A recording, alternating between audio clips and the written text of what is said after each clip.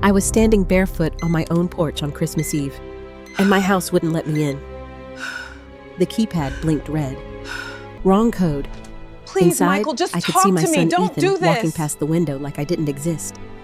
My daughter-in-law Lauren stood behind him with her arms Open crossed, this calm door and right cold, now. like this had all You been can't planned. ignore me. I'm your I mother. knocked, then pounded. "Ethan, it's freezing. Open the door." He didn't. Instead, Lauren stepped closer and said through the glass, "You don't live here anymore." That's when I realized my own family had just locked me out of my own home. But what they didn't know, they had made one mistake, one that would destroy everything they thought they'd won. If this story already hits you in the heart, take a second to like this video. It really helps more than you think. And if you've ever felt betrayed by someone you trusted, especially family, I'd love to hear your story in the comments. Tell me where you're watching from and what time it is there right now. Sometimes, just knowing we're not alone makes all the difference. And if you want more stories like this, don't forget to subscribe. I'm just getting started. Before that night, before the cold porch, before the locked door, I truly believed I was one of the lucky ones. My name is Molly Reyes.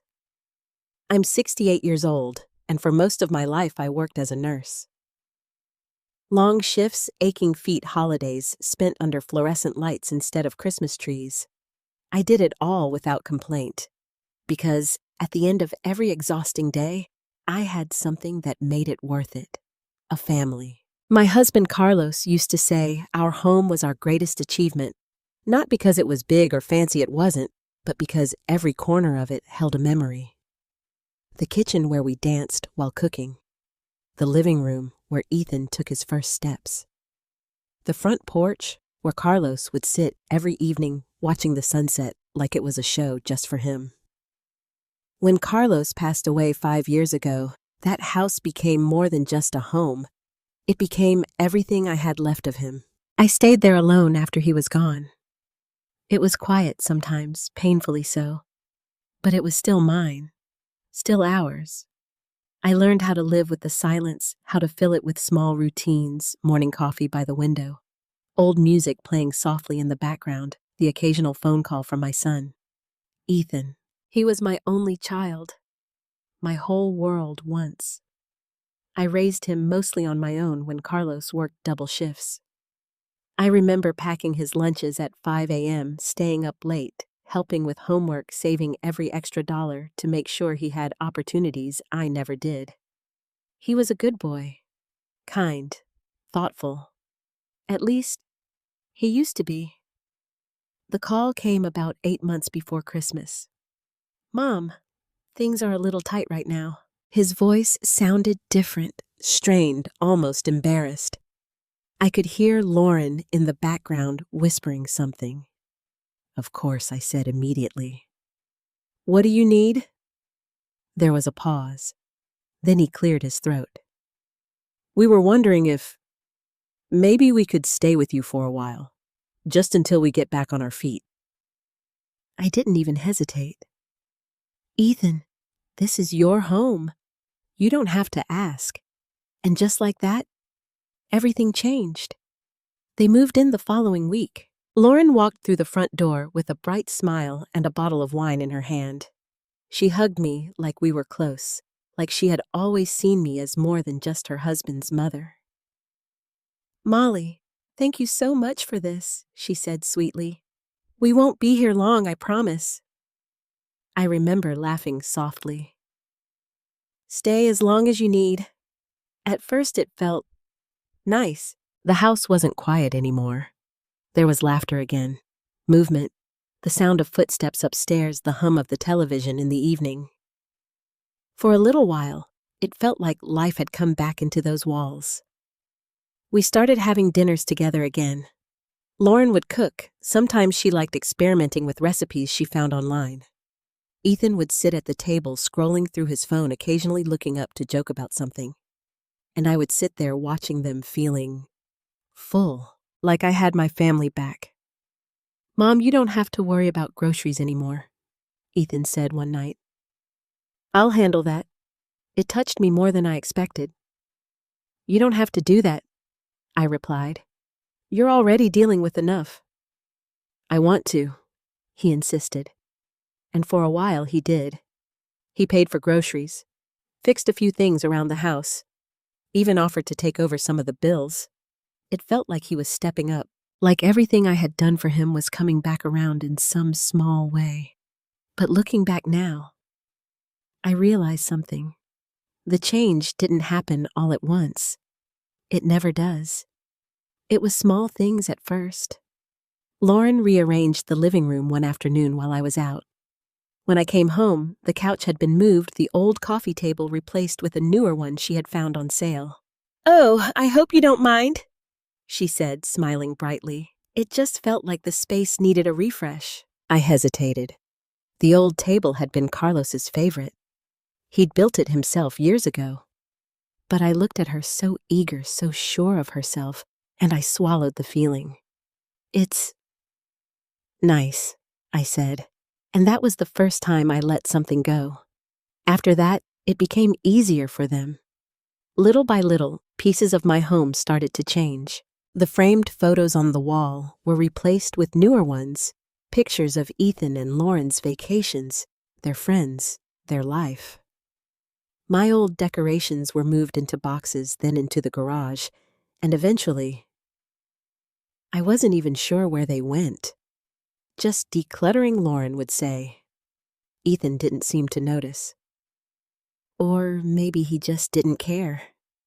Then came the finances. "Mom, it might be easier if I handle the bills," Ethan suggested one evening, "just so everything's organized." I frowned slightly. "I've been managing them just fine." "I know," he said quickly. "It's just, things are different now. With 3 people in the house, it gets complicated." Lauren nodded beside him. "It'll take stress off you." I didn't feel stressed, but they kept insisting. And eventually, I gave in. "All right," I said, "if it helps." He smiled. "It will." I handed over access to my accounts that week. At the time, it felt like trust. Now I understand. It was the moment I lost control. After that, things shifted more noticeably. Decisions were made without me. Plans were discussed behind closed doors. I would walk into a room, and conversations would stop just for a second, but enough for me to notice.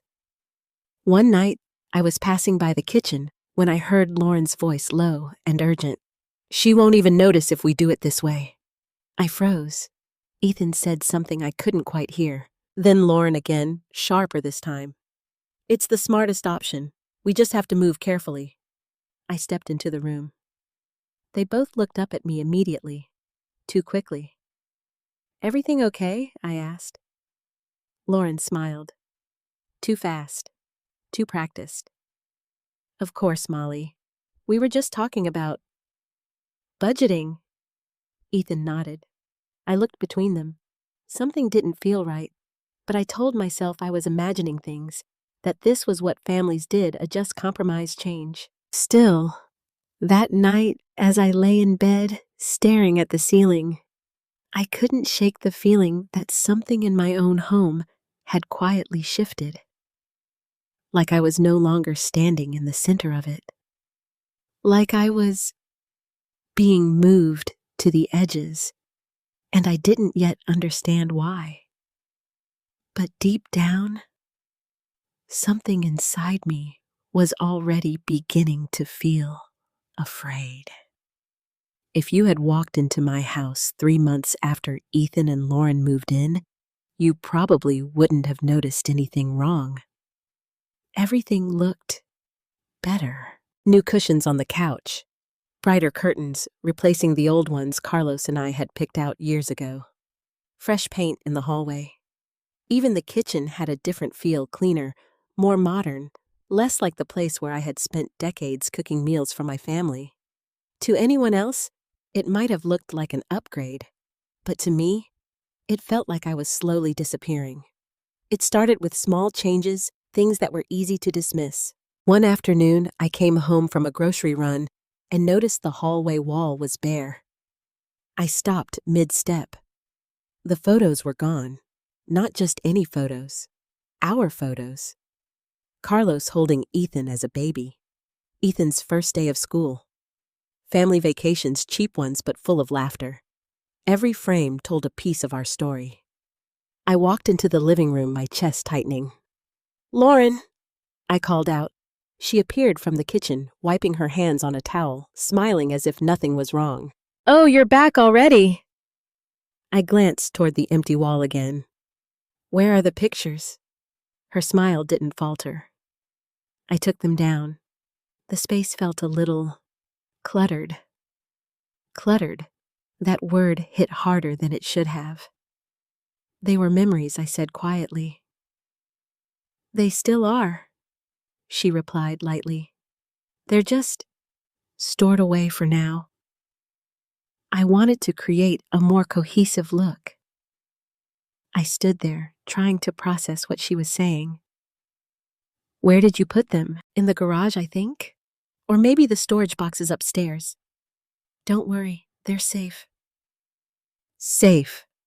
That word didn't comfort me the way she seemed to think it would, because something about it didn't feel safe at all. That night, I went looking for them.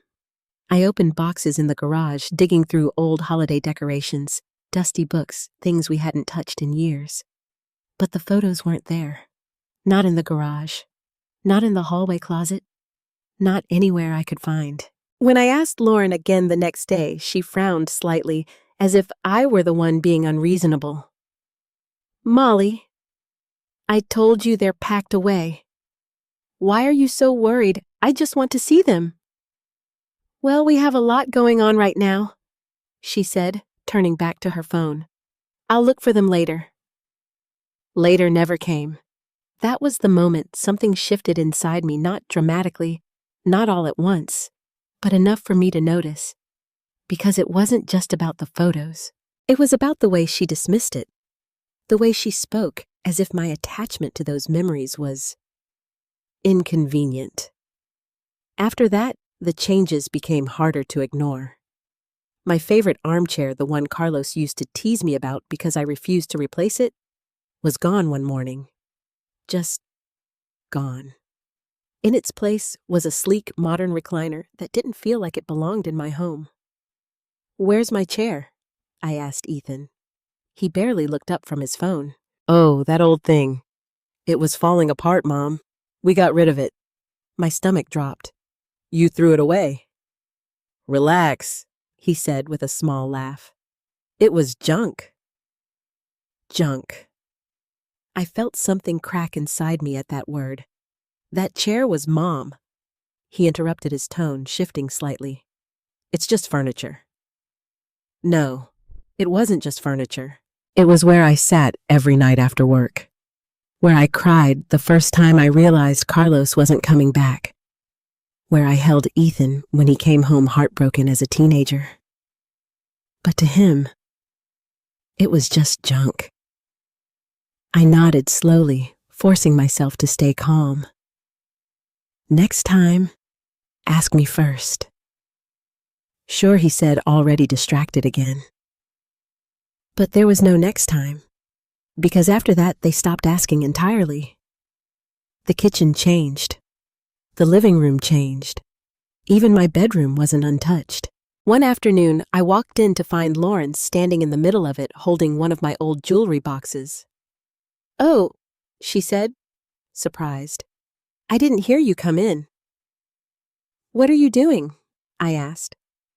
"I was just organizing," she replied quickly. "You have so many things, Molly. I thought I could help." I looked around. Drawers were open. Boxes moved. My things handled. I didn't ask for help. Her smile tightened just slightly. "I know. I just thought, please don't go through my things without asking." There was a pause. Then she nodded, her expression unreadable. "Of course." But from that day on, something in her attitude changed.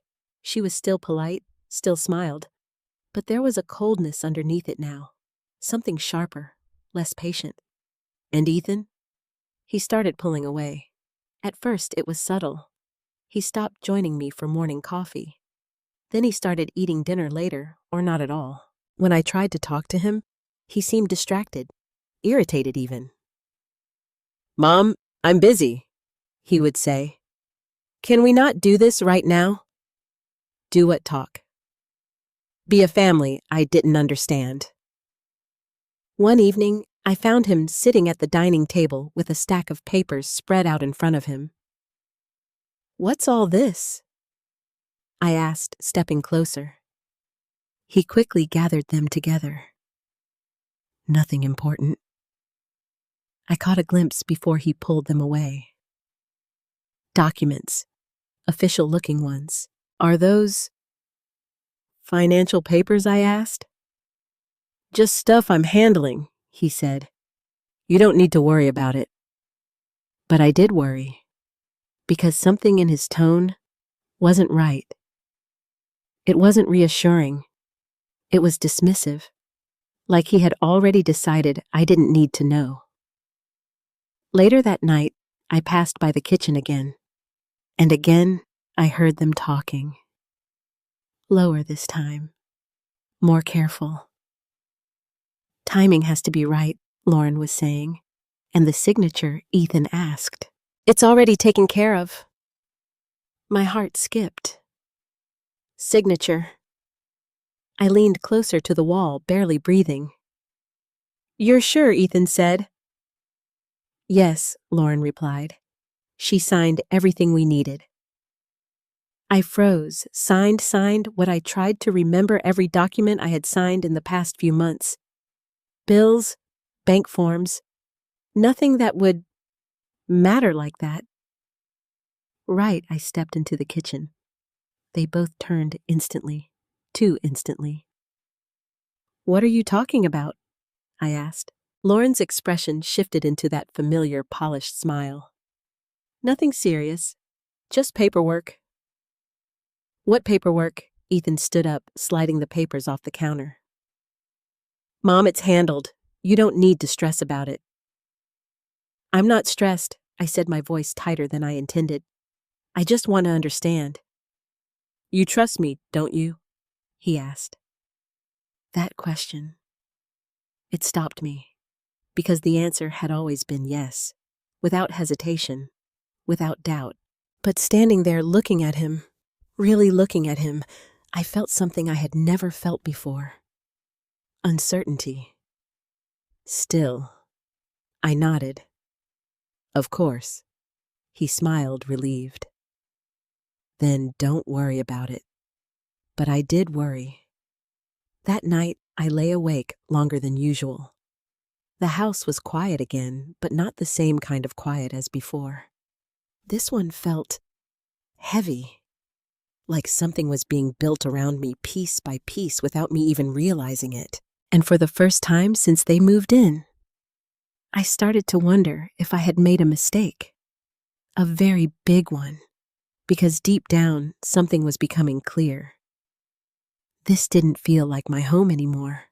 Not really. And I had a feeling it wasn't going to stay mine for much longer.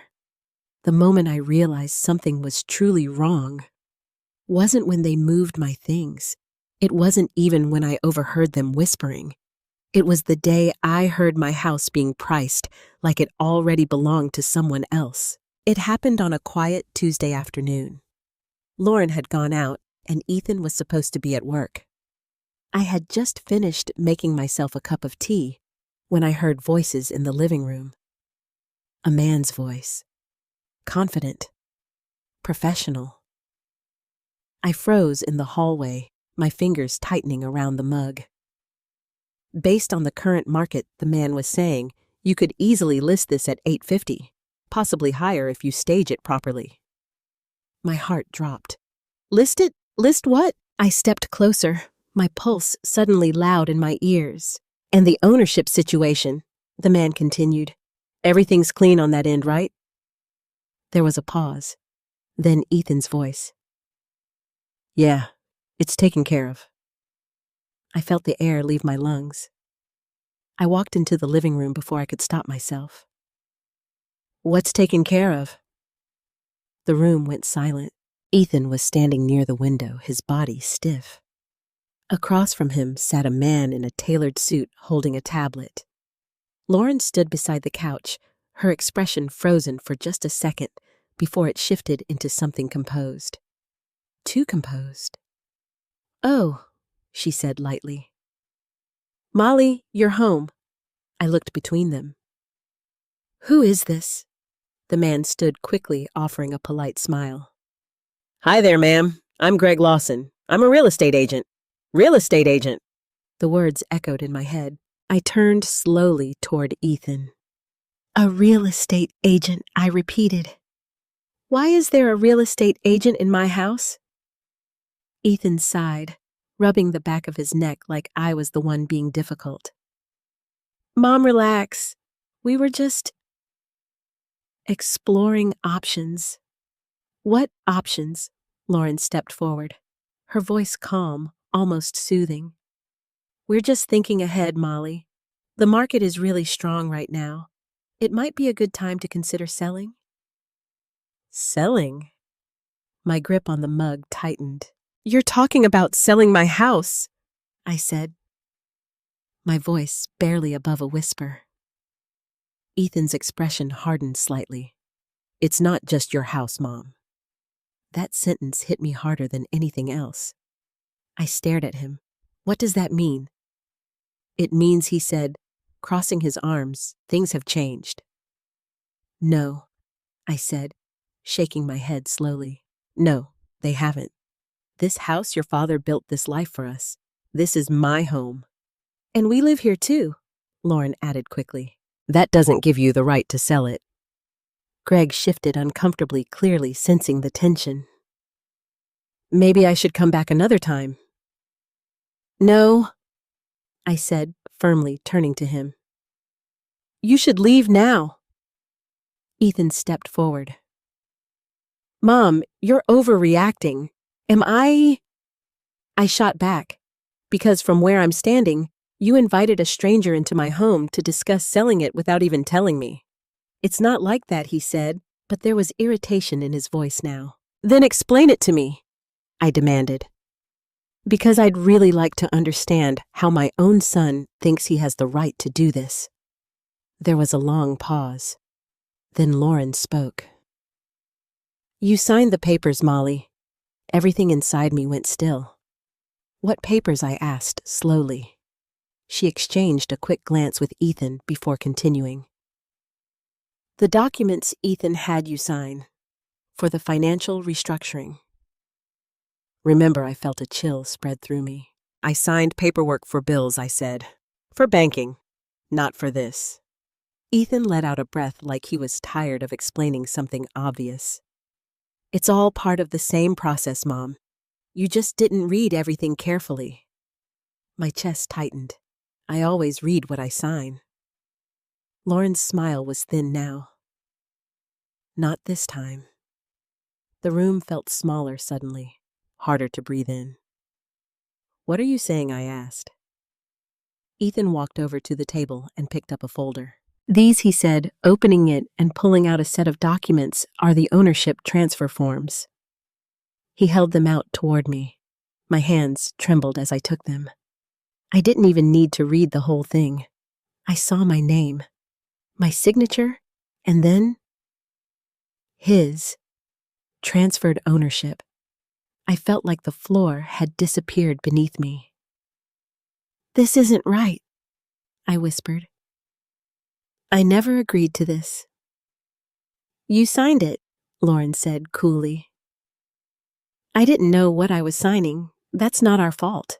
I looked at Ethan, desperate now. Ethan, you wouldn't do this.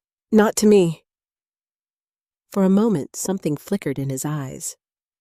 Doubt. Guilt. But it was gone just as quickly.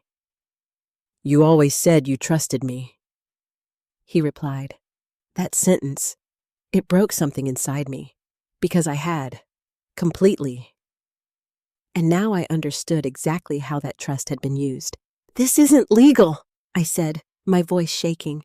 You tricked me. No, Lauren corrected, her tone sharp. We helped you make a smart decision. A smart decision, I repeated, disbelief flooding my voice. You're trying to take my home. It's not about taking, she said. It's about moving forward. By pushing me out. Ethan's patience snapped. No one is pushing you out, he said, raising his voice for the first time. We're trying to make something better out of this situation.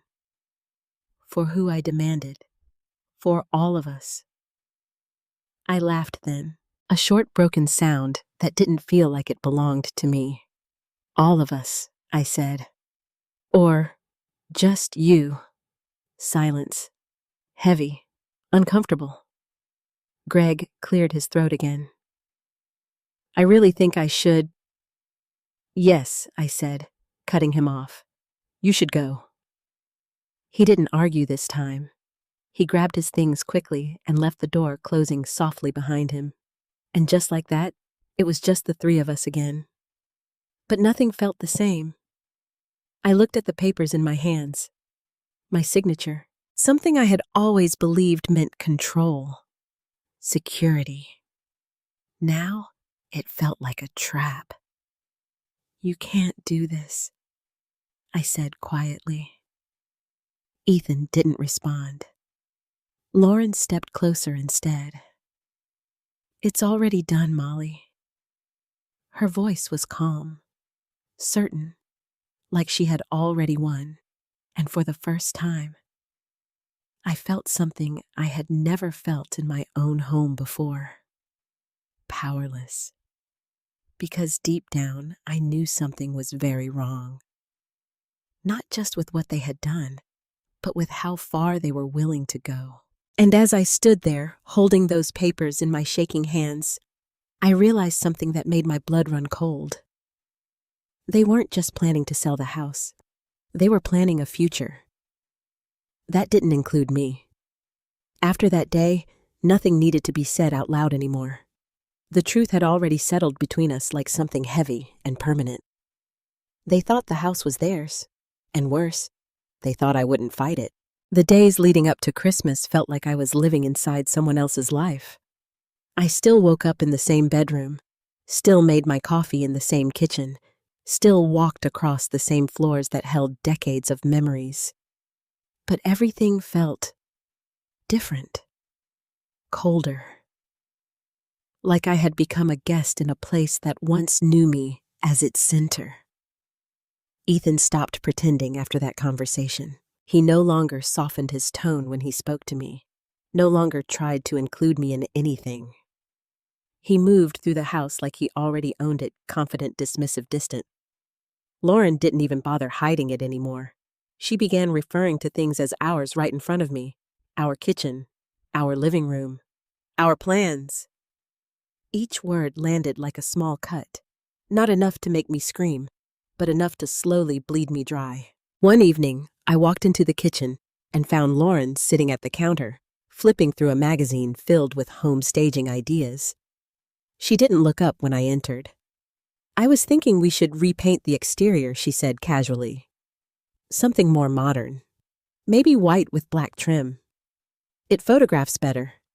I stood there staring at her. This house isn't going on the market, I said firmly. She finally looked up.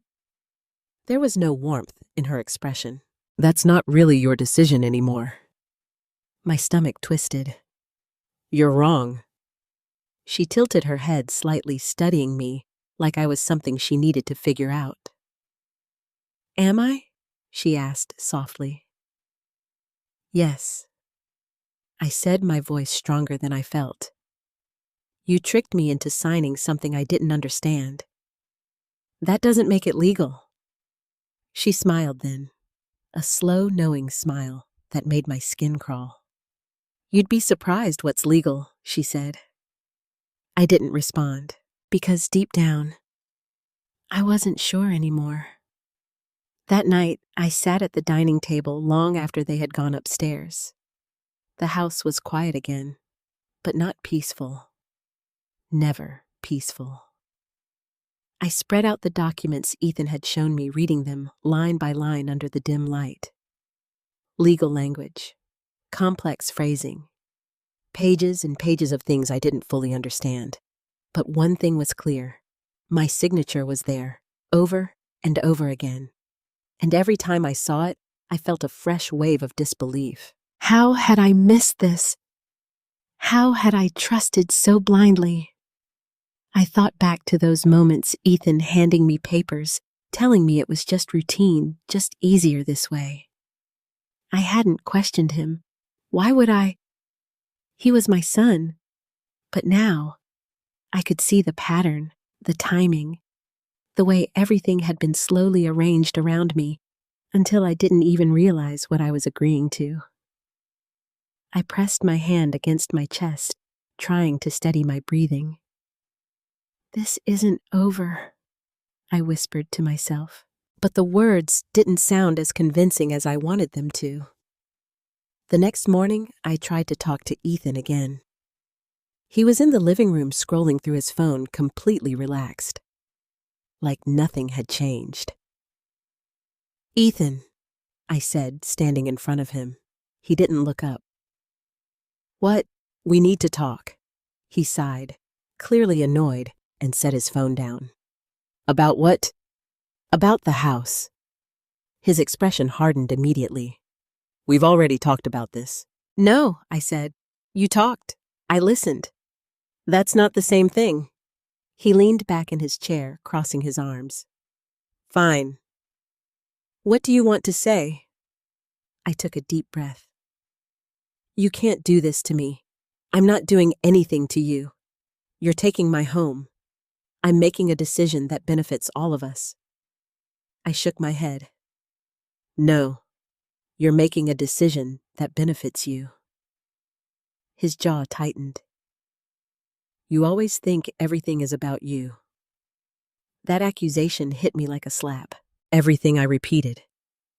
Ethan, I spent my entire life putting you first, and I'm grateful for that, he said quickly. But things change, Mom. You can't expect everything to stay the same forever. I don't expect that, I said. I just expect to have a say in what happens to my own home. You had your say, he replied. You signed the papers. I didn't understand them. That's not my problem. The coldness in his voice, it made something inside me go still. Because in that moment, I realized something I had been trying not to see. This wasn't confusion. It wasn't a misunderstanding. This was a choice. He was choosing this, choosing her, choosing this plan, over me. I stepped back slowly. I don't recognize you anymore, I said quietly. He didn't respond. He just picked up his phone again, like the conversation was already over. And maybe to him it was. The days passed like that. Tense, unspoken. Every interaction felt like walking on thin ice. Lauren started making more calls. I could hear her in the other room speaking in low, confident tones. Yes, we're aiming for early January. Of course we'll have everything ready. Absolutely, it's a clean transfer. Clean. That word again. It echoed in my mind over and over, because nothing about this felt clean. It felt calculated, planned, final. By the time Christmas Eve arrived, I knew something was coming. I could feel it. It was in the way they avoided me that morning, in the way Lauren kept checking her phone, in the way Ethan barely spoke a word all day. Even the decorations felt wrong. The tree stood in the corner, lit and perfect, but empty underneath. No presents, no warmth, just a hollow imitation of something that used to mean everything to me. That evening, I put on my coat. I'm going out for a bit, I said. Ethan didn't look up. Okay, Lauren just nodded. No questions, no concern. I hesitated for a moment, looking at them, waiting for something. A sign, a word, anything that might remind me they were still my family. But nothing came, so I left. The cold air hit me the moment I stepped outside, sharp and biting. I walked without thinking, my hands buried deep in my pockets, my mind racing. Something wasn't right. Something was about to happen. I just didn't know what. And as I made my way back home later that night, I had no idea that everything was about to change. That the next time I stood in front of that house, I wouldn't be able to get inside. The cold hit me before the realization did. It wasn't just the kind of cold that settles on your skin. It was sharper, deeper, the kind that seeps into your bones and makes your fingers ache. I remember fumbling with my gloves as I walked up the driveway, my breath coming out in thin clouds under the dim porch light. For a brief moment, everything looked normal. The Christmas lights were still on, glowing softly along the edges of the house. The tree inside flickered through the front window, casting warm shadows across the living room. It looked like a home. My home. I stepped up onto the porch, my heart already feeling strangely uneasy, though I couldn't yet explain why. I set my bag down and reached for the keypad. The familiar sequence of numbers I had typed it thousands of times over the years rolled easily off my fingers. Beep. A pause. Then a sharp red light blinked. Error. I frowned. That had never happened before.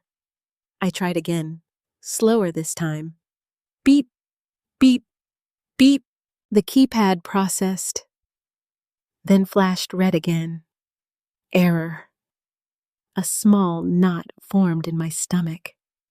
That's strange, I murmured to myself. I glanced through the glass door. Inside, I could see the living room clearly. The lights were on. The television was playing some cheerful Christmas program, the sound muffled through the door. They were home. I stepped closer and knocked. At first, gently. Ethan. No response. I knocked again, louder this time. It's me. The code isn't working. Still nothing. The unease in my chest grew heavier. I pressed my face closer to the glass, trying to see more clearly. That's when I saw him. Ethan walked past the hallway, moving casually like he didn't hear anything at all. My heart skipped. He had to have heard me. I knocked harder. Ethan? Open the door. He didn't stop. Didn't even turn his head. For a second, I just stood there confused. Maybe he thought it was something else. Maybe the TV was too loud. Maybe. Then Lauren appeared behind him. She walked into the living room, her arms folded. Her posture relaxed in a way that immediately made my stomach drop. Because she wasn't surprised. She wasn't confused. She knew I was there. I knocked again, harder now, my voice rising. Lauren. The door won't open. She stepped closer, her heels clicking softly against the floor. And then she stopped. Right on the other side of the glass, looking at me. For a moment, neither of us spoke. I searched her face for something, concern, confusion, anything that might tell me this was all a misunderstanding. But there was nothing there. Just calm. Cold, calm. She tilted her head, slightly studying me, like I was a stranger standing on her porch. Lauren, I said, my voice trembling now. The code isn't working. Can you open the door? She didn't move, didn't reach for the handle, didn't even glance toward Ethan. Instead, she crossed her arms tighter and said in a voice so even it almost didn't sound real. You don't live here anymore. For a second, I didn't understand the words. They didn't make sense. What I whispered. She didn't repeat herself. She didn't have to, because Ethan had come back into the room now. He stood a few feet behind her, his face tense, his eyes avoiding mine. "Ethan," I said, pressing my hand against the glass. "What is she talking about?" He didn't answer. Ethan opened the door. Silence. The world around me felt like it had gone quiet all at once. Even the wind seemed to pause. "You can't be serious," I said, my voice cracking. "It's Christmas Eve." He finally looked at me, but there was something different in his eyes, something distant. "This is our house now, Mom." The words hit me like a physical blow. I shook my head, stepping back slightly. "No," I said. "No, that's not true. You can't just—" "You signed the papers," Lauren cut in smoothly. "I didn't agree to this," I shot back. "But you signed," she repeated as if that ended everything. My chest tightened, panic beginning to rise. "It's freezing out here," I said, my voice shaking more now. "Can we please talk about this inside?" Neither of them moved. "Ethan," I pleaded, "please, just open the door." He looked away. "I think it's better if you leave." "Leave." The word echoed in my ears. "Leave where I asked. This is my home." It was Lauren corrected. Something inside me broke. I reached for the handle instinctively, as if somehow it might open if I just tried hard enough. It didn't. Locked. Completely locked. Then I noticed something else. I turned slightly, my eyes scanning the porch. And that's when I saw it. A small pile. Boxes. My boxes. My suitcase. The old one I used for trips years ago sat near the wall, zipped shut. A few bags were stacked beside it, along with a cardboard box filled with clothes. My clothes. I stared at them, my mind struggling to catch up. "You packed my things?" I whispered. No answer. "You packed my things," I repeated louder this time. Lauren didn't look away. "We made it easier for you." Easier. I let out a short, disbelieving laugh that quickly turned into something closer to a sob. "You threw me out," I said. "No," Ethan said quickly. "We just moved things forward by locking me out," I demanded. He didn't respond. I stepped closer to the door again, my hands trembling. "You're really going to leave me out here?" I asked. "On Christmas Eve." There was a long pause. Then Lauren spoke again, her voice softer now, but not kinder. "You should have thought about that before." "Before what?" "Before trusting you. Before letting you into my home. Before believing you were family." But the words wouldn't come out, because I already knew the answer. They had planned this. Every step, every conversation, every signature. And now, this. I stood there for what felt like forever, the cold biting deeper into my skin, my breath growing uneven. Inside, the Christmas lights continued to glow, warm, inviting. Everything I had built, still there, but completely out of reach. And as I looked at my son, my own son, standing behind that door, like I was nothing more than a stranger, I realized something that made the cold feel even sharper. This wasn't a mistake. It wasn't a misunderstanding. It was the end of something. Something I had believed in for my entire life. Family. And yet, as I stood there, shaking, broken, and alone, a single thought began to push through the shock. A memory. Faint, but important. Because deep down, I knew something they didn't, and if I was right, they had just made the biggest mistake of their lives. For a long time, I just stood there. I don't know how many minutes passed. Maybe 5, maybe 20. The cold had already started to settle into my hands, numbing my fingers, making it harder to even hold on to my thoughts. My breath came out uneven, fogging up the glass between me and the people who were supposed to love me. Inside, the television kept playing. A cheerful Christmas movie, laughter music joy. Everything that used to mean something to me, now reduced to background noise behind a locked door. I knocked again. Not as hard this time. More instinct than hope. "Ethan," I said quietly. "Please." He didn't come back. Lauren didn't move. They had already decided. I slowly stepped away from the door, my legs feeling unsteady beneath me. The porch light flickered slightly above my head, casting long shadows across the ground. My suitcase sat there silent, like it had been waiting for me all along, waiting for this moment. I bent down and touched it. Cold. Just like everything else. They planned this, I whispered to myself. Not just tonight, not just the lock. Everything. The papers, the changes, the distance. This was never sudden. It had been building for months, and I hadn't seen it. Or maybe I hadn't wanted to.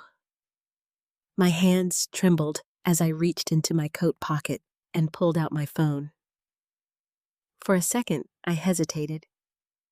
Then I dialed 911. The ringing felt louder than it should have. Too loud, like it was echoing inside my chest. 911, what's your emergency? My name is Molly Reyes, I said, trying to keep my voice steady. I've been locked out of my home. There was a pause. Ma'am, are you in immediate danger? I know, but my son and his wife changed the locks. They won't let me inside. Do you have proof of residence? The question hit me in a strange way. Proof? Of my own home? Yes, I said quickly. I've lived here for over 30 years. All right, ma'am. We'll send an officer to assist you. Thank you. The call ended, and just like that, I was alone again. The cold seemed worse now, sharper, more real. I wrapped my coat tighter around myself and sat down on the edge of the porch step, staring at the door that had once welcomed me every single day. I tried not to think, but memories have a way of finding you when you're weakest. I saw Ethan as a little boy running through that same doorway with scraped knees and wide smiles. I heard his laughter echoing in the hallway. I remembered Christmas mornings wrapping paper everywhere, Carlos laughing, the smell of coffee and cinnamon filling the house. That house, this house, and now, I wasn't allowed inside. A set of headlights appeared at the end of the street, cutting through the darkness. The police. Relief washed over me for just a moment. Finally. Someone who could fix this. The car pulled up slowly, tires crunching softly against the pavement. An officer stepped out, adjusting his jacket as he walked toward me. Ma'am, he said gently. Are you Molly Reyes? Yes, I said, standing up quickly. That's me. He glanced at the house, then back at me. You said you were locked out. Yes, this is my home. My son and his wife changed the code. They won't let me in. He nodded slowly. All right, let's take a look. He walked up to the door and knocked firmly. Police department, he called out. Can you open the door, please? For a moment, nothing happened. Then I heard movement inside. Footsteps. The door unlocked with a soft click. Lauren opened it. She looked calm. Collected. Prepared. Good evening, officer, she said politely. I understand there's been an issue here, he replied. This woman says she lives here and has been locked out. Lauren nodded sympathetically like she was hearing something unfortunate but not surprising. I understand, she said, but she doesn't live here anymore. My stomach dropped again. That's not true. I stepped forward. This is my house. Ethan appeared behind her holding a folder. I can explain, he said, handing the documents to the officer. The officer took them, flipping through the pages carefully. I watched his face, searching for any sign of doubt. Any sign that he could see what was really happening. This shows a transfer of ownership, he said after a moment. Signed and notarized. It was fraud, I insisted. I didn't know what I was signing. He looked at me, his expression not unkind, but not convinced either. Ma'am, if the documents are legally executed, this becomes a civil matter, not something we can resolve on site. Civil matter. The words felt like another door closing. You're telling me you can't help me? I asked, my voice breaking. I'm saying this is something you'll need to take up through legal channels, he replied gently. I looked at Ethan, then at Lauren. They stood there, silent, watching, waiting, knowing. You're just going to let them do this? I asked the officer. I'm sorry, he said. Based on what I'm seeing here, they have the legal right to the property. Legal right. My vision blurred. But I've lived here for decades, I whispered. This is my home. I understand, he said quietly. But right now, these documents say otherwise. The cold suddenly felt unbearable, like it had seeped all the way into my chest. So what happens now? I asked. The officer hesitated. You'll need to find somewhere else to stay tonight. Tonight, Christmas Eve. I let out a shaky breath, my body swaying slightly. Behind him, I could see the lights of the house glowing warmly, inviting. Everything I had built, just out of reach. Can I at least get my things? I asked. Lauren stepped forward. They're already outside, she said. Of course they were. Everything had been thought through. Every step. Every detail. I nodded slowly, my throat too tight to speak. The officer gave me one last sympathetic look before stepping back. If you need assistance finding a place to stay, we can provide some resources, he offered. I shook my head. No, I'll figure it out. Because I had to. Because there was no one left to help me. As the police car pulled away, I stood there in silence, the reality finally settling in completely. I wasn't just locked out. I had been erased from my home, from my own life. But as I reached down to pick up my suitcase, something stirred in the back of my mind again. That same thought. That same memory. Faint, but persistent. Because even now, even in this moment, something about all of this didn't add up. And if I was right, then what they thought was over had only just begun. I don't remember how I got into the car. One moment I was standing on the porch, staring at the door that had shut me out of my own life. And the next, I was sitting behind the wheel, my hands gripping it so tightly, my knuckles had turned white. The engine was running, but I wasn't moving. I just sat there staring straight ahead, the headlights cutting into the darkness, illuminating nothing but empty street and falling night. Think, Molly, I whispered to myself. But my thoughts were tangled. Too many emotions at once, shock, anger, betrayal, grief, all fighting for space in my chest. I closed my eyes for a moment. And suddenly, the memories came rushing in. Not the warm ones, not the Christmas mornings or the laughter. The other ones, the quiet, forgotten details. The things I hadn't paid attention to at the time. Carlos sitting at the dining table years ago, papers spread out in front of him, just in case he had said adjusting his glasses.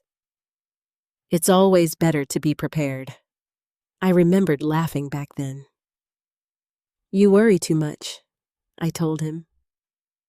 He smiled. Maybe, but I've seen what happens when people don't plan ahead. I opened my eyes slowly.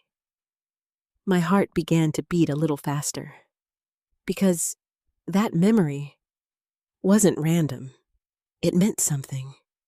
I leaned back in my seat, trying to pull the thread of that thought, trying to follow it before it slipped away again. Carlos had been very particular about paperwork, about the house, about making sure everything was protected. Protected. The word echoed in my mind. What did you do, Carlos? I whispered. I forced myself to think clearly, not emotionally, logically. Ethan had shown the officer documents, ownership transfer, signed, notarized, convincing enough that the police couldn't intervene. But something about it didn't feel right. Not just emotionally, legally. Carlos had never been careless. He wouldn't have left something as important as the house vulnerable to something like this, which meant there had to be something else. Something they didn't know about. My breath caught. The safety deposit box. I sat up straighter. Yes, I whispered, my voice trembling slightly. The bank. Carlos had insisted on it. Years ago, after one of his friends had gone through a messy legal battle with their children.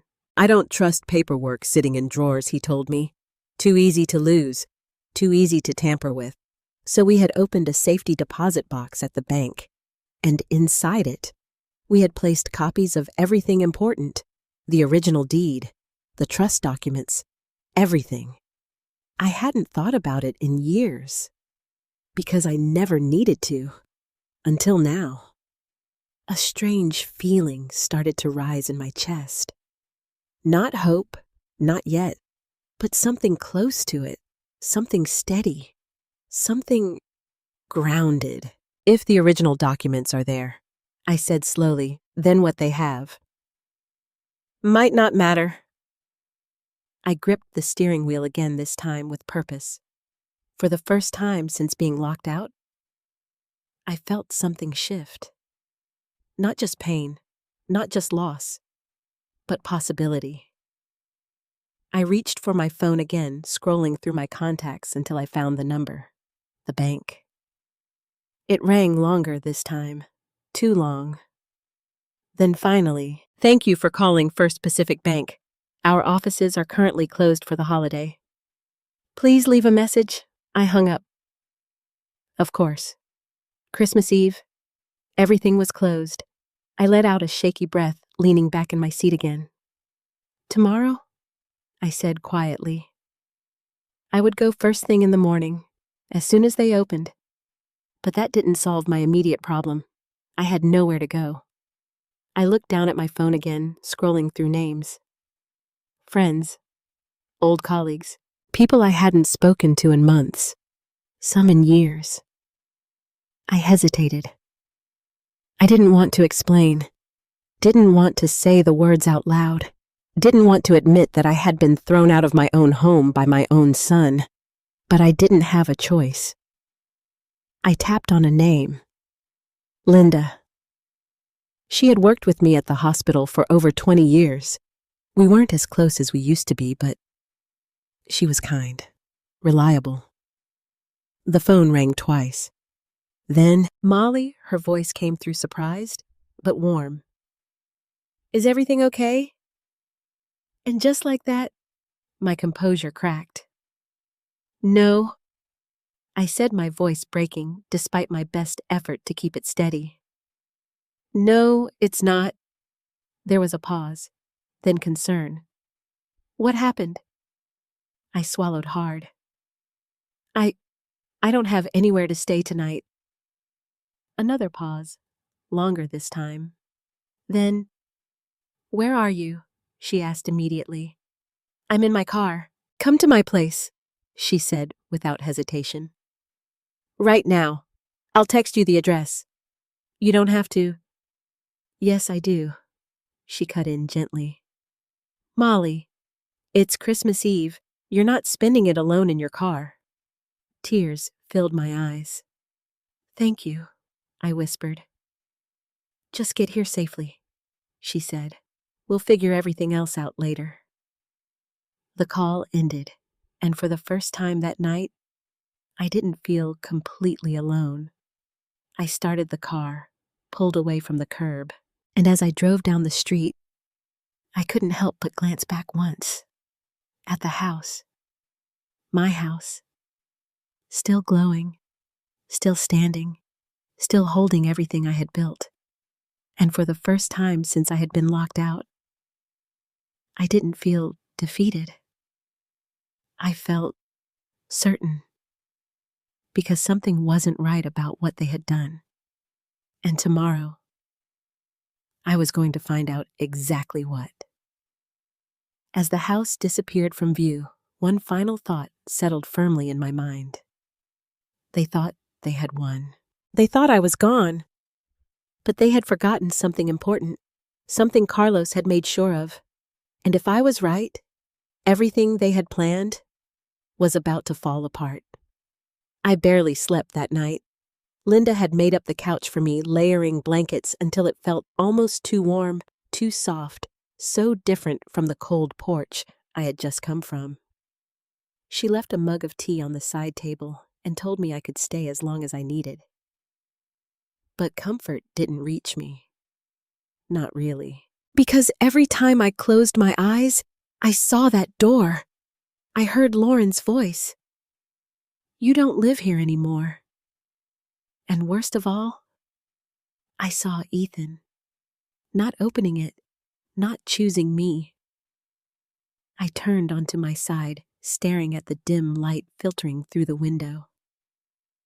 Think I whispered again. Not about the pain, not about the betrayal, about the details, the facts. Because feelings wouldn't get my house back. But truth might. By morning, I was already dressed before Linda even came downstairs. You're up early, she said gently, her voice still thick with sleep. I need to go to the bank, I replied. She frowned slightly. Today? Yes. Something in my tone must have told her not to ask more. Do you want me to come with you? She offered. I shook my head. No. But thank you, she nodded. Call me if you need anything. I will. I left her house just as the sun was beginning to rise, the sky pale and quiet, the world still wrapped in that strange stillness that comes after Christmas Eve. The drive to the bank felt longer than usual. Every red light, every turn, every second stretched out filled with anticipation. Because I didn't know what I was going to find. I only knew that something had to be there. Something Carlos had left behind. Something they hadn't touched. When I finally pulled into the parking lot, my hands were shaking again, but not from cold this time. From tension, from hope, from fear that I might be wrong. The doors opened at 9. I was standing there at 8:55, waiting, counting the seconds. When the doors finally unlocked, I stepped inside immediately, the warmth of the building wrapping around me as I approached the front desk. Good morning, the teller said politely. How can I help you? I need access to my safety deposit box, I said. She nodded. Of course. May I see your ID? I handed it over quickly, my fingers trembling slightly. She checked it, typed something into her computer, then smiled. "Right this way, Ms. Reyes." She led me through a secure door, down a quiet hallway, and into the vault area. I hadn't been here in years, but it looked exactly the same. Cold, silent, orderly. She stopped in front of a row of metal boxes and retrieved mine. "I'll give you some privacy," she said, placing it on a small table before stepping away. I nodded. Then I was alone. Just me, and whatever was inside that box. I sat down slowly, staring at it for a moment. "This is it," I whispered. My hands hovered over the lid. Then carefully, I opened it. Inside were the same documents Carlos and I had placed there years ago, neatly organized, untouched. I let out a breath I didn't realize I had been holding. "They didn't find this," I said quietly. Of course they hadn't. They didn't even know it existed. I began pulling the documents out one by one, insurance papers, old financial records, and then there it was, the deed, the original. My heart began to race. I unfolded it carefully, my eyes scanning every line, every detail. And then I saw it, a clause, one I hadn't thought about in years, one I hadn't fully understood back then. But now it made everything clear. "This property is held under a family trust." My breath caught. "And may not be transferred, sold, or reassigned without the presence and signature of the designated trustee and an authorized witness listed under Clause 7B. I flipped to the next page. Clause 7B? There it was. The witness requirement, a specific name, a specific condition, and most importantly, a condition that could not be bypassed. I stared at the paper, my mind racing. "They couldn't have done this," I whispered. "Because Ethan's documents, the ones he showed the police, they had my signature. But they didn't have this. They couldn't have, because I had never signed anything in front of that witness. Never. Which meant the transfer wasn't valid. Not legally. Not completely. Not in the way they thought." I sat back in my chair, the weight of that realization settling over me. "They don't own it," I said slowly. "They think they do, but they don't." A strange feeling spread through my chest. Not relief, not yet, but something stronger than fear. Control. For the first time since that night, I wasn't powerless anymore. I carefully placed the documents back into the box, making sure everything was exactly as it had been. Then I closed it, my hands steady now. When I stepped out of the vault, the teller looked up. "All set?" she asked. "Yes," I said, and for the first time in days, my voice didn't shake. "Yes, I am." I walked out of the bank with the cold morning air hitting my face again. But it didn't feel the same as the night before. It didn't feel like defeat. It felt like clarity. Because now I knew something they didn't. Something that changed everything. They had locked me out, thrown me away, treated me like I was nothing. But they had made one critical mistake. They assumed I was alone. They assumed I was weak. They assumed I didn't understand. And most importantly, they assumed the papers they forged were enough. But they weren't. Not even close. I pulled out my phone and scrolled to a number I hadn't called in years. Harold Whitman, Carlos's old lawyer. The man who had helped set up the trust. My finger hovered over the call button for just a second. Then I pressed it. The phone rang once, twice. Then Molly, his voice came through, surprised but warm. "It's been a long time." I took a steady breath. "Yes, it has," I said. And I need your help. Because now, I wasn't running anymore. I was coming back. And this time, I wasn't coming back as a victim. I was coming back with the truth. Harold Whitman didn't hesitate. "Come to my office," he said. "Bring everything you found." There was something in his tone I hadn't heard in years. Not just concern, certainty. I arrived 30 minutes later, clutching the folder like it was the only thing holding me together. His office hadn't changed much: dark wood shelves, neat stacks of legal files, the faint smell of old paper and coffee. He stood as I entered. "Molly," he said, his expression softening for just a moment. "I wish this were under better circumstances." "So do I," I replied. I didn't sit. I couldn't. Instead, I placed the documents on his desk with shaking hands. "They locked me out," I said. "They have papers. They convinced the police." He didn't react immediately. He just opened the folder, carefully pulling out the original deed. And then he went quiet. The kind of quiet that isn't empty, but focused. Precise. His eyes moved slowly across the page, reading every line, every clause, every signature. Minutes passed. I didn't interrupt. I didn't move. Finally, he leaned back in his chair. "Well," he said calmly, "this changes everything." My breath caught. "What do you mean?" He tapped the document lightly. "This property is held in a trust, not a simple ownership title." "I know that," I said.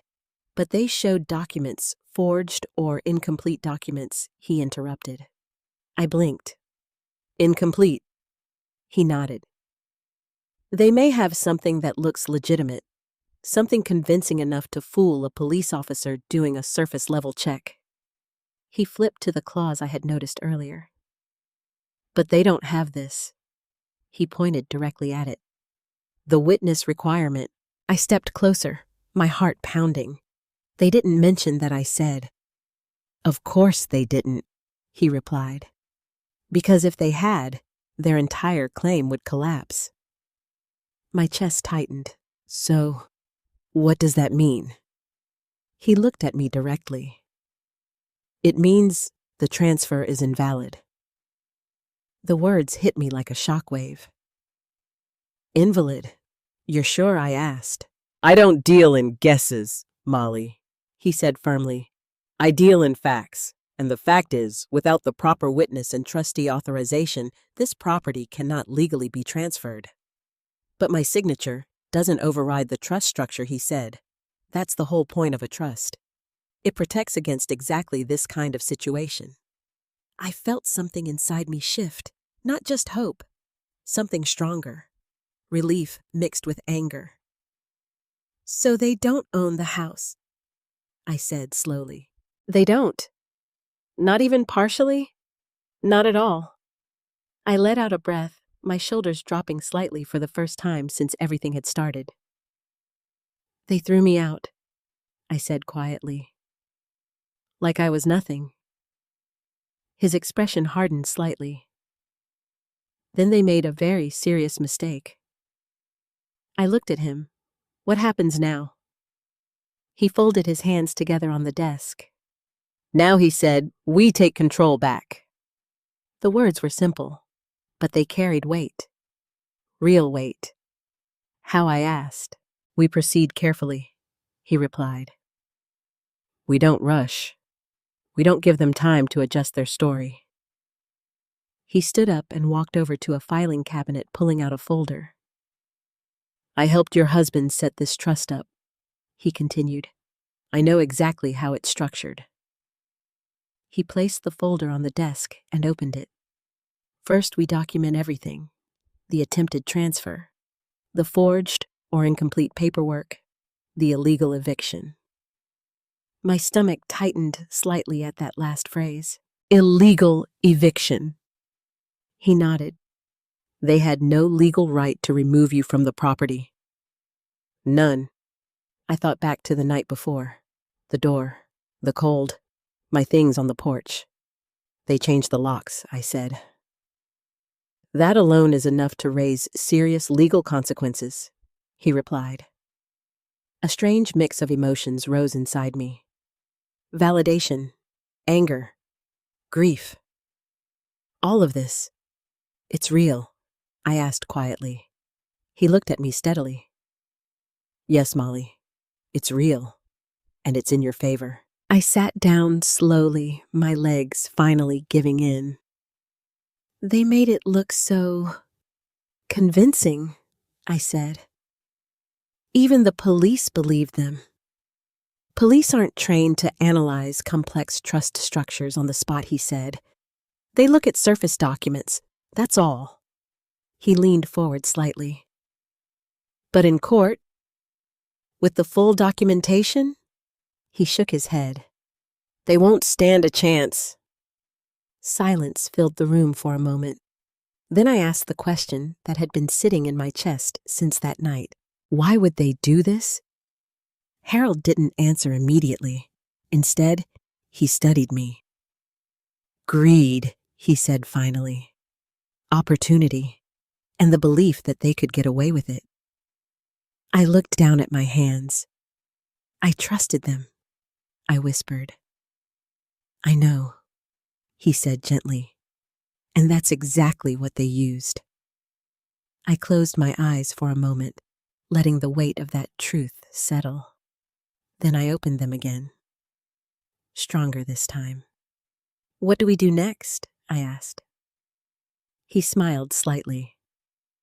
Now there was something different in his expression. Confidence. We confront them, he said. My heart skipped. Directly? Yes, he replied, but not emotionally. Legally. He began outlining the plan. We'll arrange a visit, you, me, and law enforcement if necessary. We present the original documents. We challenge their claim, and if they refuse, they won't have a choice, he said calmly. Because once they understand the situation, they'll realize they've been standing on very thin ground. I thought about Ethan, about Lauren, about the way they had looked at me through that glass. Cold, certain, untouchable. They think they've already won, I said. Harold nodded. Good. I frowned slightly. Good, yes, he said, because people who think they've won get careless. A slow realization spread through me. They'll slip, I said. They already have, he replied. I stood up again, feeling something I hadn't felt in days. Not just control, strength.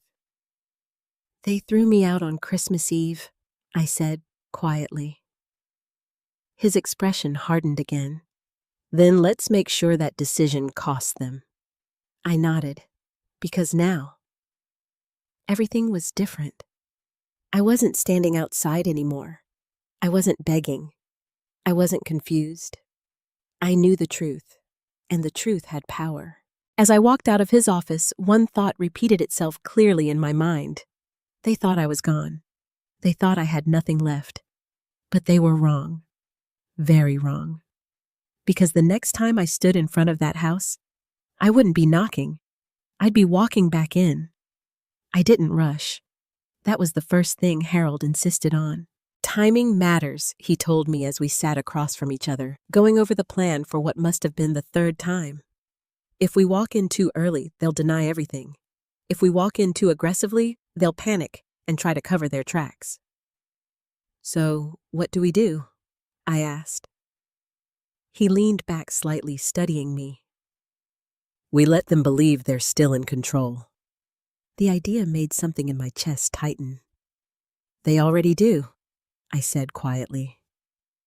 Good, he replied. Then we use that. I didn't like the feeling of waiting. Not after everything that had happened. Not after that night on the porch.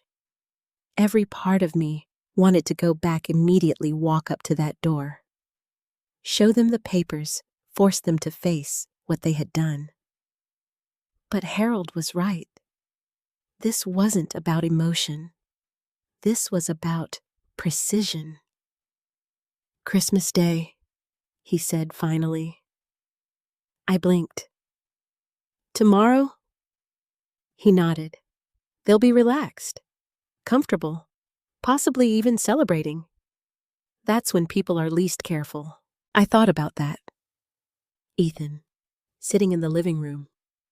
Lauren, walking around like she owned everything, like nothing could touch her. "They won't expect me," I said. "No," Harold agreed. "They won't." A quiet determination settled into me. "Then we go tomorrow." That night I stayed at Linda's again. She didn't ask many questions, didn't push. She simply made sure I ate something, sat with me for a while, and then left me alone when she could see I needed space. But sleep still didn't come easily. Every time I closed my eyes, I saw different versions of what might happen the next day. Ethan denying everything, Lauren twisting the story, things getting worse instead of better. "What if they fight back?" I whispered into the darkness. "What if they refused to leave? What if they tried something else?" But then another thought came.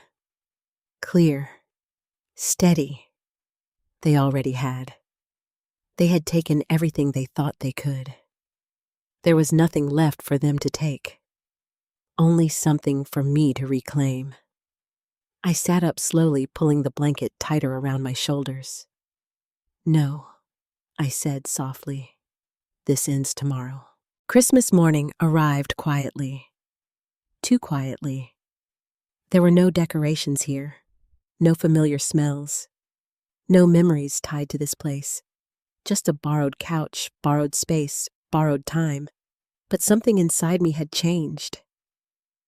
I wasn't broken anymore. I was focused.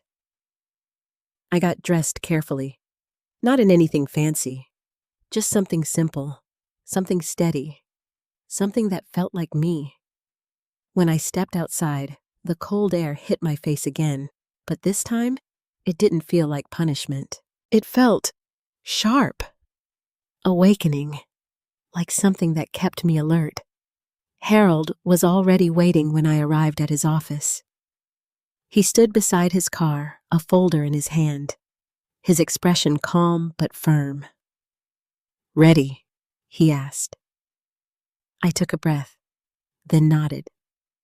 Yes, the drive to the house felt different from the night before. Last time I had been leaving. Now, I was returning. The closer we got, the more my heart began to beat faster. Not from fear, from anticipation. Because I knew something they didn't, and that knowledge gave me strength. When we finally turned onto the street, I saw it immediately. The house, my house, still decorated, still glowing, still pretending everything was normal. But this time, I wasn't standing outside alone. We pulled into the driveway. Harold turned off the engine and looked at me. "Remember," he said, "stay calm. Let me handle the legal side." I nodded. "I will." But my hands were already trembling slightly, because no matter how prepared I was, this was still my son, and I didn't know what I would see when that door opened. We stepped out of the car together. The gravel crunched under our feet as we walked up the driveway. Each step felt heavier than the last, but I didn't stop. I couldn't. When we reached the porch, I paused for just a moment, looking at the door. The same door that had shut me out.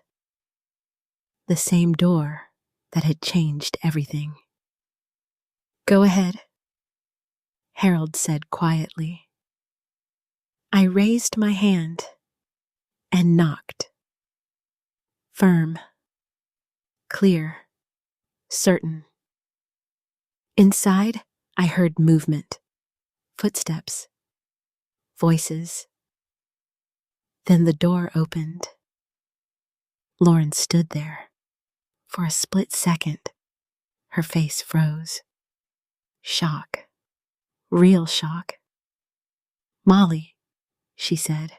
Behind her, I could see Ethan standing in the living room, confusion spreading across his face. "What are you doing here?" he asked. I didn't answer. Not yet. Instead, I stepped slightly aside, and Harold stepped forward. "Good morning," he said calmly. "My name is Harold Whitman. I'm here on behalf of Ms. Reyes." Lauren's expression shifted. From surprise to something else, something sharper. "I think there's been a misunderstanding," she said quickly. Harold smiled slightly. "Yes," he said, "there has." And just like that, the balance began to shift. Because for the first time since that night, I wasn't standing outside asking to be let in. I was standing there with the truth in my hands, and they were the ones who didn't know what to do next. The air inside the house felt different the moment I stepped across the threshold. Not warmer, not safer, just unfamiliar. Like something sacred had been quietly replaced with something hollow. Lauren didn't move aside right away. For a brief second, she stood there blocking the doorway. Her expression shifting rapidly. Shock calculation, irritation. Then she forced a smile. "I don't think this is appropriate," she said coolly. "You can't just show up here." Harold didn't even blink. "Actually," he replied calmly, "she can." There was something about his tone, measured confident, that made her hesitate. "Just enough, and that was all we needed." He stepped forward, and I followed, walking back into my own home. The living room looked almost exactly as I had left it. The same furniture, the same tree, the same decorations. But everything felt wrong. Like I was walking through a memory that no longer belonged to me. Ethan stood near the couch, his eyes fixed on me. "What is this?" he asked, his voice tight. "Why are you here?" I looked at him, really looked at him, and for the first time since everything happened, I didn't feel small. "I live here," I said simply. His jaw tightened. "No, you don't." Harold stepped forward again, opening the folder in his hands. "That's where you're mistaken," he said. Lauren crossed her arms. "We've already gone through this," she said.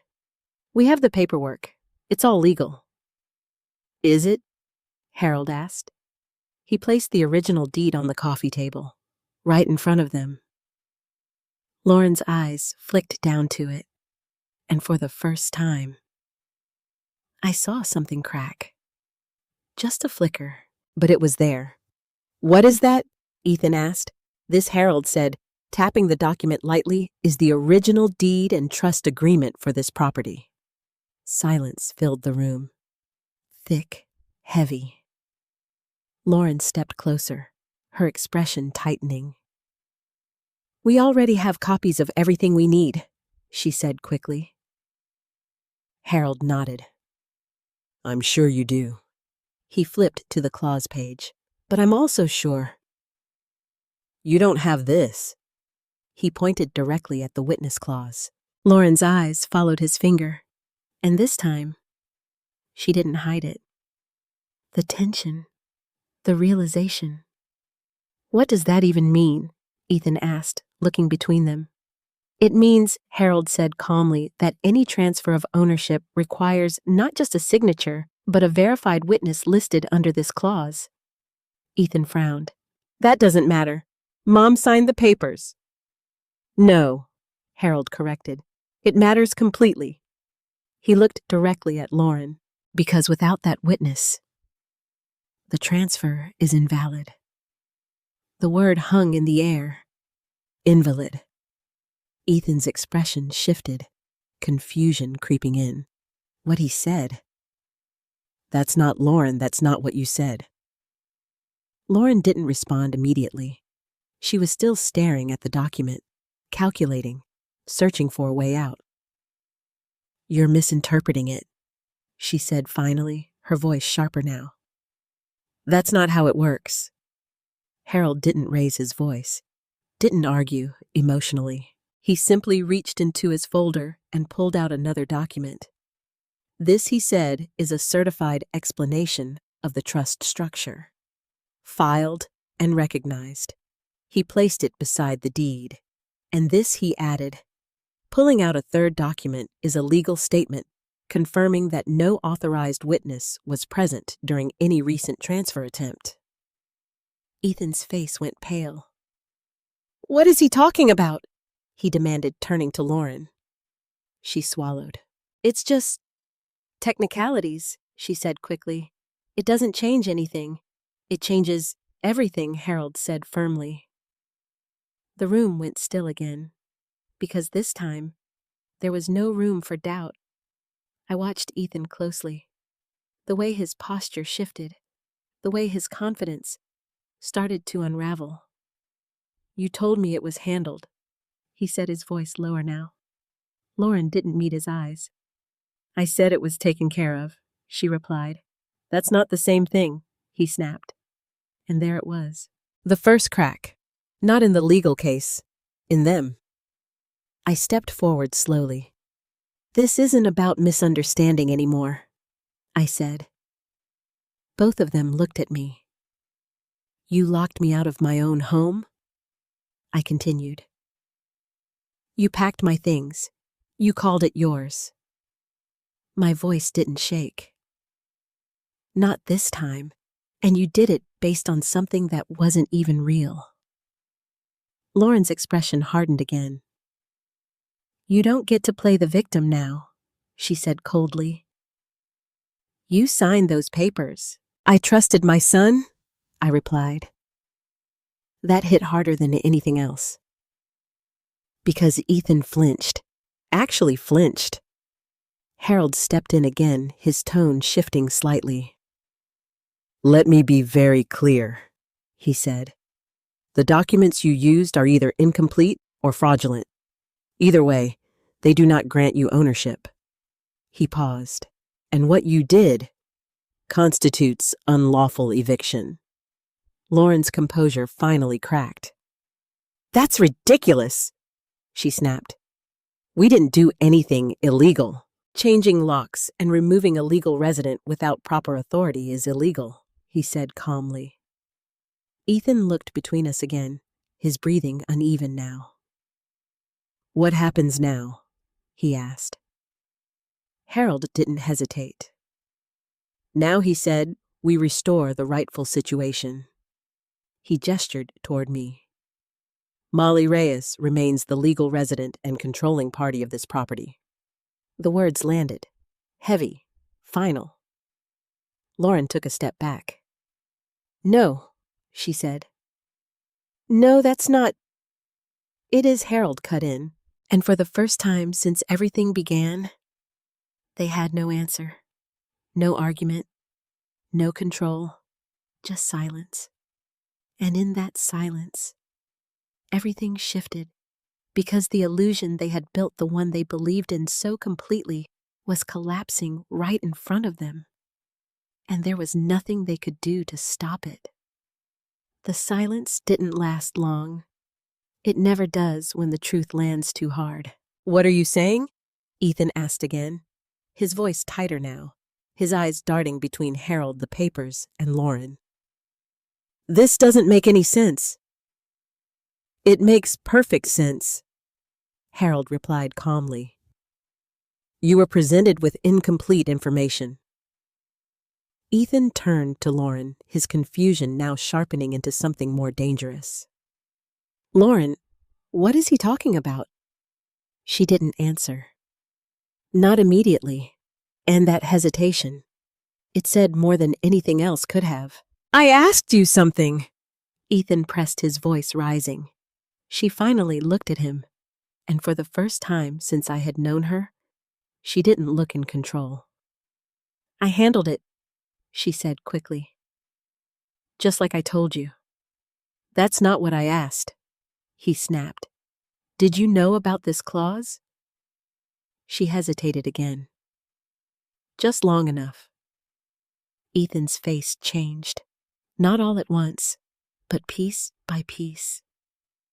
The certainty disappeared, then the confidence, then the trust. "You didn't tell me everything," he said slowly. "It didn't matter," she replied defensively. "The document still—" "It matters," Harold cut in. He stepped forward slightly, his voice still calm, but now unmistakably firm. "Because what you attempted here is not just invalid." He paused. "It may also be considered fraud." The word hit the room like a shockwave. "Fraud!" Lauren's expression hardened instantly. "That's ridiculous," she said. "You can't prove that." Harold didn't even blink. "We have enough to begin an investigation," he said. "And given the circumstances, the forged appearance of legitimacy, the removal of a legal resident, the financial implications, this is a very serious matter." Ethan stepped back slightly. "Fraud." He repeated, his voice quieter now. His eyes moved back to Lauren. "You told me this was legal." "It is legal," she insisted. "They're just trying to scare you." But her voice didn't have the same strength anymore. The certainty was gone, and Ethan could hear it. I could see it in the way his shoulders tensed, in the way he looked at her now, not with trust, but with doubt. "What did you do?" he asked. "I didn't do anything wrong," she shot back. "I was trying to help us." "By lying to me," he demanded. "I didn't lie. You left things out. That's not the same thing." "Yes, it is," he snapped. "The argument broke open right there in front of us. Raw, unfiltered, and for a moment, I just watched. Because this wasn't about me anymore. This was about the truth finally catching up to them." "You said we were safe," Ethan continued, his voice shaking now, not with anger, but something deeper. "You said everything was handled." "It is handled," she insisted. "They're just—" "Stop," he said. The word came out sharper than anything he had said before, and she stopped, actually stopped, because something had shifted, something irreversible. "I trusted you," he said, his voice quieter now. And that sentence, it echoed, because not long ago, those same words could have come from me. I stepped forward slowly. "Now you understand," I said. Both of them looked at me, but only one of them could meet my eyes. "Ethan, this is what it feels like," I continued. "To trust someone and find out they were using that trust against you." His face tightened. "Mom." I shook my head. "No. Don't do that." "Do what?" "Act like this just happened," I said. "Like you didn't choose this." He flinched, because he knew I was right. "You were there," I continued. "You watched it happen. You helped it happen. I didn't know—" "You didn't ask," I said firmly. Silence. Again. But this time, it was different. He couldn't hide behind confusion anymore. He couldn't pretend this was all someone else's fault. Because even if Lauren had planned it, he had allowed it, encouraged it, chosen it. I thought, he started, then stopped. "What I asked? I thought we were just moving forward," he said weakly. "By pushing me out of my own home," I replied. He didn't answer. Because there was no answer. Lauren stepped forward again, trying to regain control. "This is pointless," she said sharply. "We're not leaving." Harold turned to her. That's not your decision anymore. Yes, it is, she insisted. We have rights. No, he said, cutting her off. You don't. He reached into his folder again. This, he said, holding up another document, is a formal notice of invalid transfer and unlawful occupancy. He placed it on the table. Effective immediately, your claim to this property is legally contested and unsupported. Lauren's eyes flashed.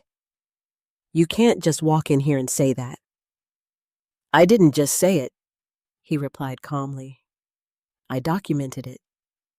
Ethan looked at the paper, then at me. What does this mean? He asked. It means, I said slowly, this is still my home. The words felt different now.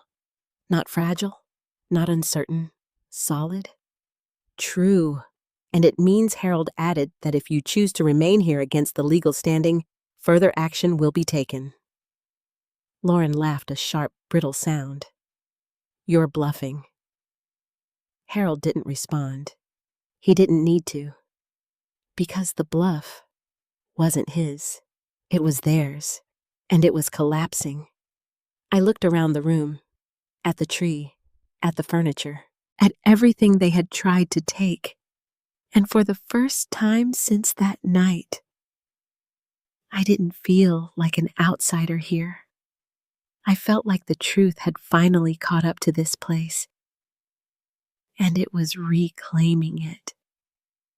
Slowly, but surely. Whatever happens next, I said quietly, you need to understand something. They both looked at me. You didn't just try to take my house. I paused. You broke something that can't be fixed. Ethan's face fell. Lauren looked away, and in that moment, the consequences stopped being theoretical. They became real. Very real. Because the truth wasn't just taking their plan apart. It was taking them apart too.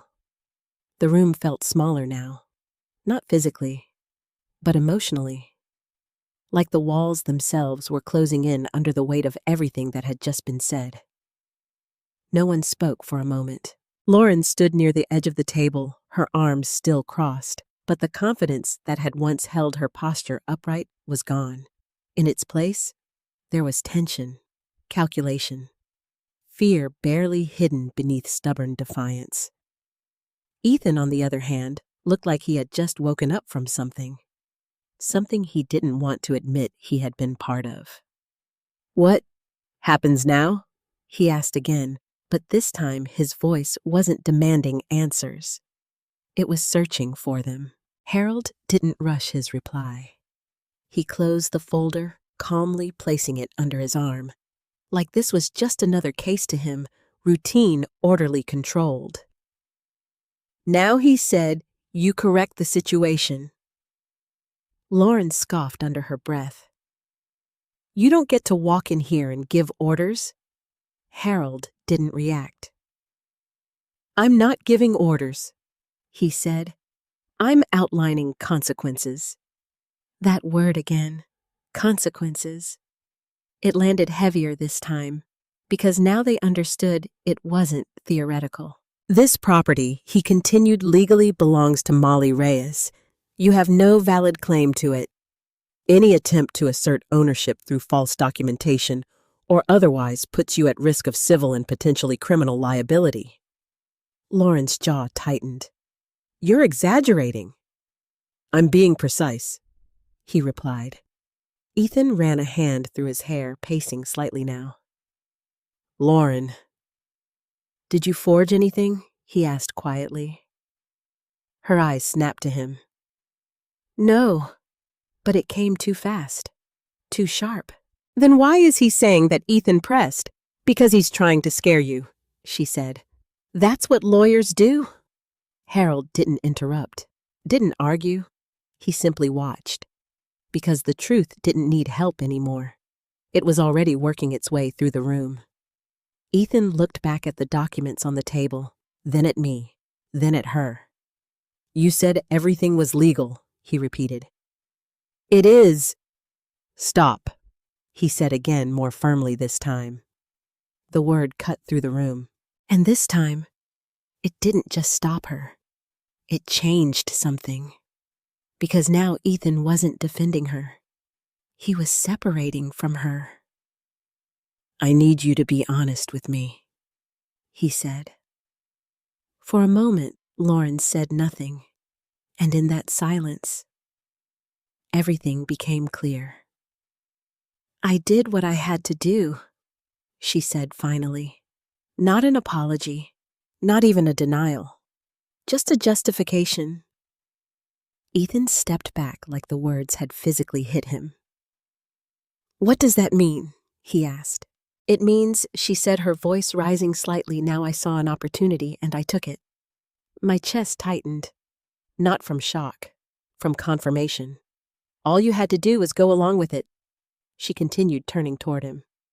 We could have had everything, financial security, a fresh start. At my mother's expense, he cut in.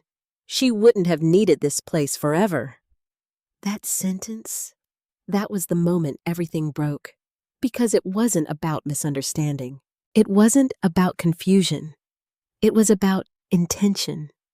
Cold, calculated, clear. I took a slow step forward. And what about me? I asked quietly. Lauren looked at me. For a moment, she didn't answer. Then she shrugged. You would have figured something out. The room went silent again. But this time, it wasn't tension. It was finality. Because there was nothing left to misunderstand, nothing left to justify, nothing left to defend. Ethan shook his head slowly. I can't believe this, he said under his breath. Then he looked at me, and I saw it.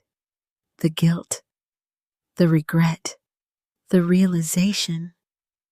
Mom, he started. I raised my hand. No, he stopped. I'm not ready to hear it, I said. Because I wasn't. Not yet. Not after everything. Harold stepped forward again, his voice steady as ever. This conversation is no longer about what happened, he said. It's about what happens next. Lauren crossed her arms again, but it looked different now. More defensive. Less certain. What happens next, she said, is we stay. Harold nodded slowly. You can try. Her eyes narrowed. Try? Yes, he said. And when you do, we proceed with legal action. Unlawful eviction. Fraud investigation. Civil damages. Each word landed like a weight. Ethan closed his eyes briefly.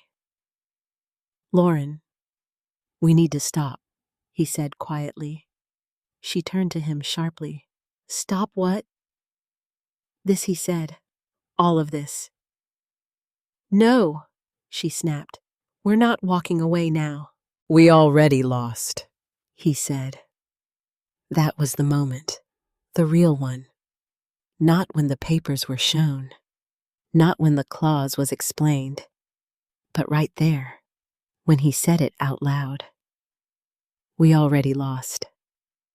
Lauren stared at him, and for the first time, she didn't have an answer, because deep down, she knew it too. I looked around the room again, at everything they had tried to claim, everything they had tried to take, and I felt something settle inside me. Not anger, not anymore, something quieter, stronger.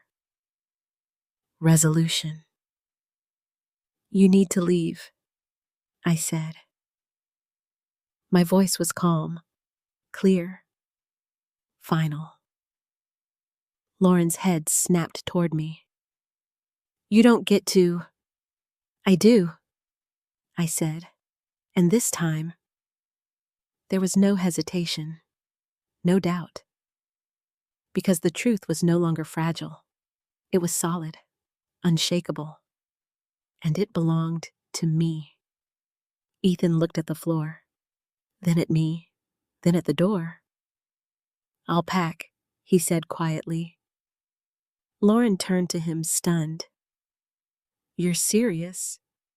He didn't answer, because he didn't need to. The decision had already been made.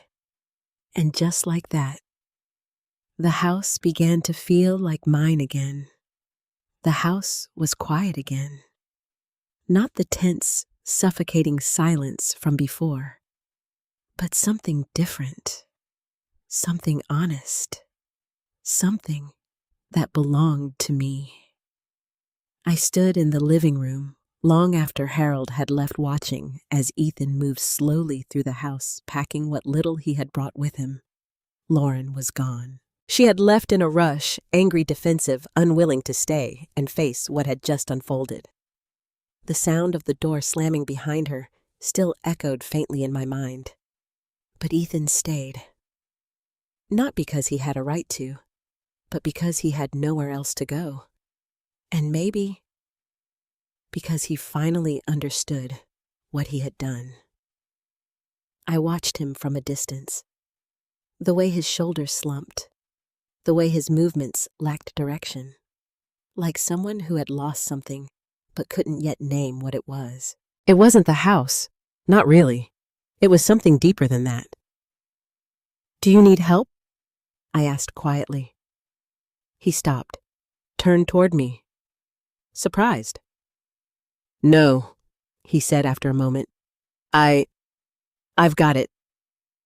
I nodded, but I didn't leave, because there was something unfinished between us, something that couldn't be packed into a suitcase and carried away.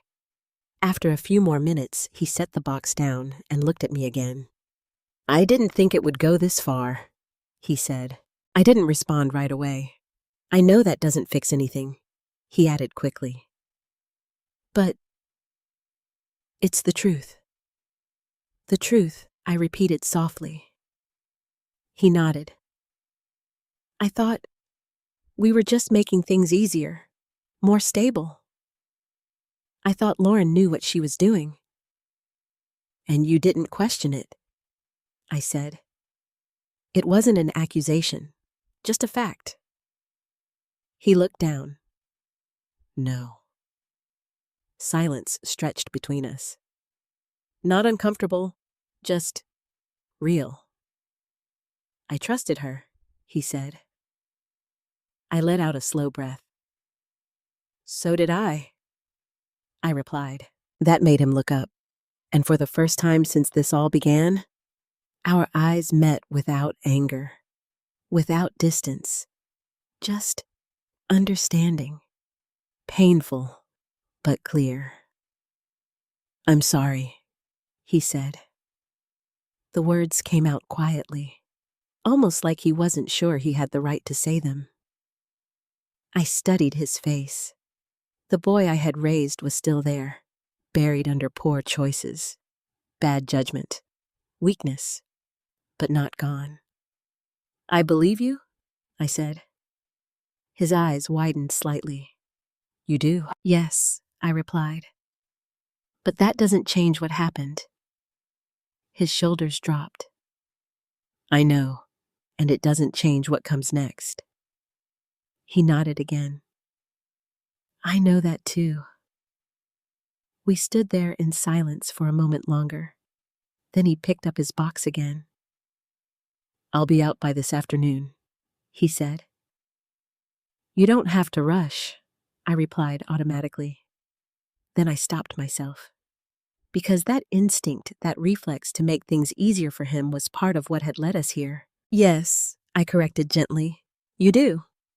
He gave a small, sad smile. Fair enough. By late afternoon, he was gone. The door closed behind him quietly. No shouting, no drama. Just an ending. I stood there for a long time after that, looking at the empty space, feeling the weight of everything that had happened settle into something still, but solid. The house felt different now, not because it had changed, but because I had. I walked slowly through each room, the kitchen, the hallway, the living room, touching things as I passed them, not to check if they were still there, but to remind myself that they were still mine.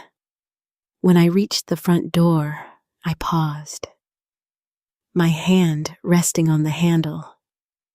This door, the same one that had shut me out, the same one I had stood in front of, cold and alone. And now, it opened easily, without resistance, without fear. I stepped outside for just a moment, the cold air brushing against my face again. But it didn't feel like it had before. It didn't feel like rejection. It felt like clarity, like something had been stripped away.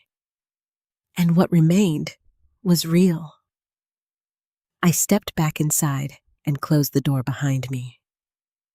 This time, from the inside. That night, I sat in the living room with a cup of tea, the Christmas lights still glowing softly in the corner. Not as a symbol of what had been lost, but as a reminder of what remained. I had lost something. There was no denying that. The version of my son I thought I knew. The illusion of unconditional trust. The belief that family always meant safety. But I had gained something too. Something just as important. Myself. My boundaries. My understanding of what love should and should not look like. I leaned back in my chair, letting the quiet settle around me. And for the first time in a long time, I felt at peace.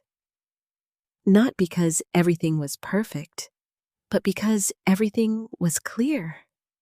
And sometimes, clarity is the beginning of healing. There's a quiet kind of pain that comes from being betrayed by the people you love the most. Not loud, not dramatic, but deep. Because it doesn't just break your trust in them, it shakes your understanding of yourself.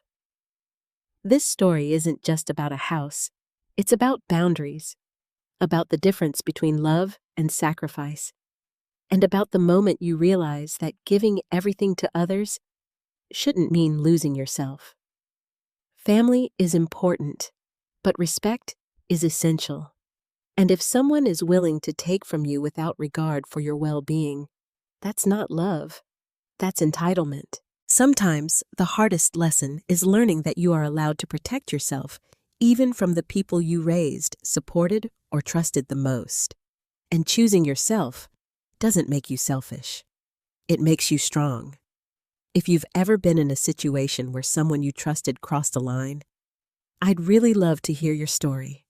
Share it in the comments. Sometimes your experience can help someone else feel less alone.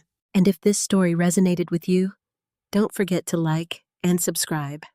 There are many more stories like this, stories about truth, strength, and finding your way back to yourself. Wherever you are in the world right now, and whatever time it is, I'm glad you were here with me.